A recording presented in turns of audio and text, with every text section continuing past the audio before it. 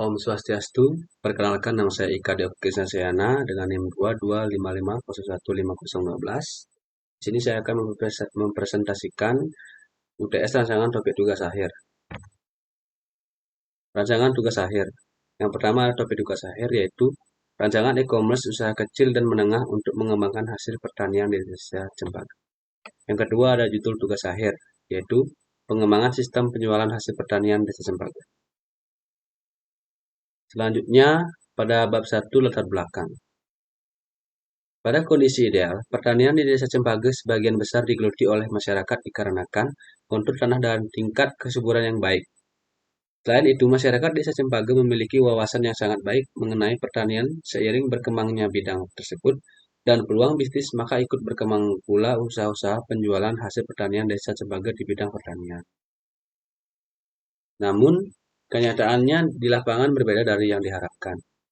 Dari segi transaksi masih menggunakan cara yang lama seperti melakukan penjualan di wilayah Desa Cempaka saja, serta masyarakat di Desa Cempaka belum menggunakan sistem penjualan online.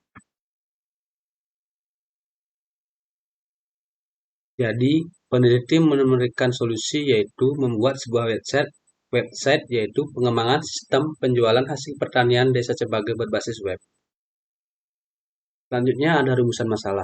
Yang pertama, bagaimana membangun suatu sistem penjualan yang dapat melakukan pengelolaan data penjualan hasil pertanian di Desa Cempaka. Yang kedua, bagaimana cara agar aplikasi ini mudah digunakan oleh petani di Desa Cempaka dan konsumen. Selanjutnya, batasan masalah. Yang pertama, pengguna sistem terdiri dari eksekutif dan masyarakat atau customer. Yang kedua, pengurus dapat memantau semua data penjualan hasil pertanian Desa Cempaka. Yang ketiga, pengguna dapat melihat data perkembangan dan pemesanan. Selanjutnya, tujuan penelitian. Yang pertama, membangun sebuah aplikasi penjualan berbasis web yang dapat digunakan untuk mengelola data penjualan hasil pertanian di Desa Cempaka. Yang kedua, membangun sebuah aplikasi yang dapat memberikan informasi mengenai pelaporan dari data transaksi, penjualan, dan pembelian di Desa Cempaka. Selanjutnya, manfaat penelitian. Yang pertama, bagi masyarakat atau customer, kajian ini dapat memberikan informasi tentang pengembangan sistem penjualan hasil pertanian di Desa Cempaka. Yang kedua, bagi peneliti lain, hasil penelitian ini diharapkan dapat menjadi dasar dan acuan bagi peneliti lain untuk melakukan penelitian sejenis. Selanjutnya, bab 2, landasan teori penelitian terkait. Yang pertama, Erwin Gator Amiruddin Akbar Iskandar pada tahun 2020 dengan judul Sistem Informasi Pemasaran Hasil Bumi Berbasis Web dengan hasil penelitian menunjukkan bahwa informasi aplikasi memberi kemudahan pada petani untuk memperoleh informasi pemasaran hasil bumi. Yang kedua, Irwan et al. Pada tahun 2019 dengan judul Perancangan Sistem Informasi Penjualan Hasil Pertanian petaniunggul.net. Dengan hasil penelitian menunjukkan dalam pelaksanaannya, petani menjadi anggota dari koperasi, menjual hasil panen kepada koperasi, kemudian koperasi mengecek kualitas dari hasil panen. Yang ketiga, Mastur N. Muhammad Ihsar pada tahun 2022 dengan judul Aplikasi Sistem Informasi Geografis, Pemetaan Lahan Pertanian dan Komoditas Hasil Panen di Kabupaten Sidrap berbasis web. Dengan hasil penelitian menunjukkan bahwa dengan metode layanan lokasi pada aplikasi berbasis web ini dapat mempermudah dalam memberikan informasi lahan pertanian yang ada di Kabupaten Sidrap. Yang keempat, dari Sub et al. Pada tahun 2021 dengan judul Quality of E-commerce Agricultural Product and the Supply of the Ecological Environment of the Origin Based on 5G Internet of Things Technology. Dengan hasil menunjukkan proyek yang efektif dan dapat mempromosikan tingkat pelayanan informasi produk pertanian. Yang terakhir, dari Dewi Wijaya N. Seputra pada tahun 2021 dengan judul Web-Based Buleleng Regency Agriculture Product Information System Development. Dengan menunjukkan sistem akan melibatkan beberapa pengguna dengan hak akses yang berbeda yaitu bidang pertanian, penyuluh yang mengelola data, produk pada hasil pertanian di Kabupaten Buleleng. Nah, selanjutnya itu landasan teori.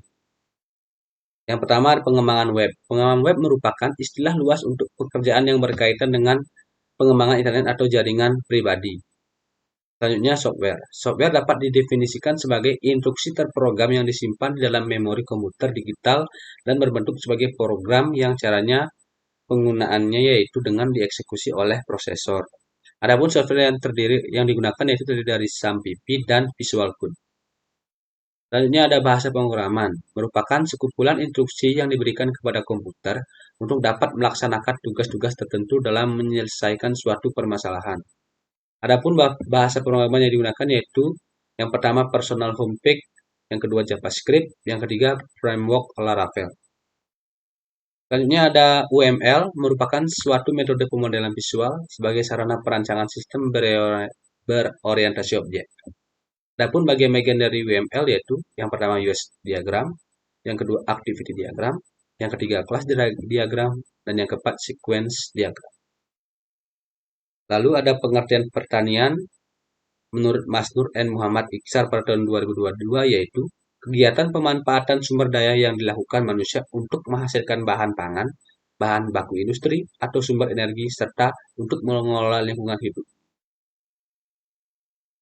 Selanjutnya, bab ketiga, metode penelitian. Yang pertama, ada waktu penelitian yang digunakan peneliti untuk meneliti ini dilaksanakan sejak tanggal dikeluarkannya izin penelitian dalam kurun waktu kurang lebih 2 bulan.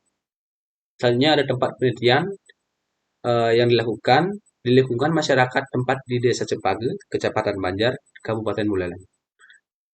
Dan selanjutnya data, merupakan sebuah elemen utama yang menjadi dasar pertimbangan pemutusan. Tentunya ada sumber data yang terdiri dari data primer dan data sekunder. Selanjutnya ada tahap pengembangan sistem. Pada tahap pengembangan sistem hasil penjualan pertanian hasil Desa Cempage menggunakan metode waterfall, yaitu metode pengembangan sistem yang mengeksekusi satu fase dalam satu waktu. Adapun tahapan-tahapan dari metode waterfall yaitu yang pertama, requirement analysis and definition, merupakan tahapan penetapan fitur, kendala dan tujuan sistem penjualan hasil pertanian Desa Cempage berbasis web melalui konsultasi dengan pengguna sistem. Yang kedua, ada sistem and software design, merupakan tahap yang dibentuk suatu arsitektur pada sistem penjualan hasil pertanian Desa Cempage berbasis web berdasarkan persyaratan yang telah ditetapkan. Yang ketiga ada implementation and unit testing, yaitu pada dalam tahap ini hasil dari desain perangkat lunak akan direalisasikan sebagai satu set program atau unit program. Setiap unit akan diuji apakah sudah memenuhi spesifikasi. Yang keempat ada integration and system testing.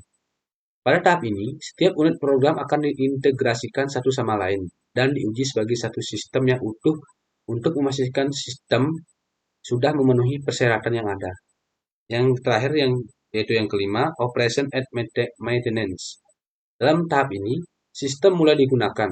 Selain itu juga memperbaiki error atau kesalahan yang ditemukan pada tahap pembuatan.